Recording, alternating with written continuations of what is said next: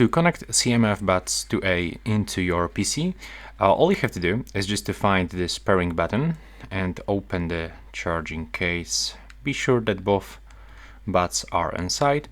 And now all you have to do is, let me just catch focus, just click and hold on this button until this indicator blinking white, so we can finally release.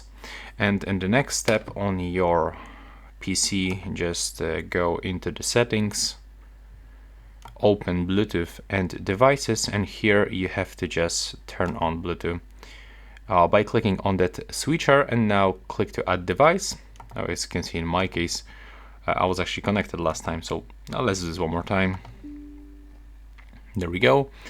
And if you get this pairing notification, you can just simply click connect, or you can dismiss.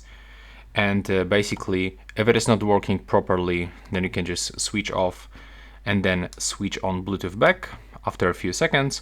And now you should get your device on available devices list. There we go. So now just click on it with the leftmost button and you will be successfully connected.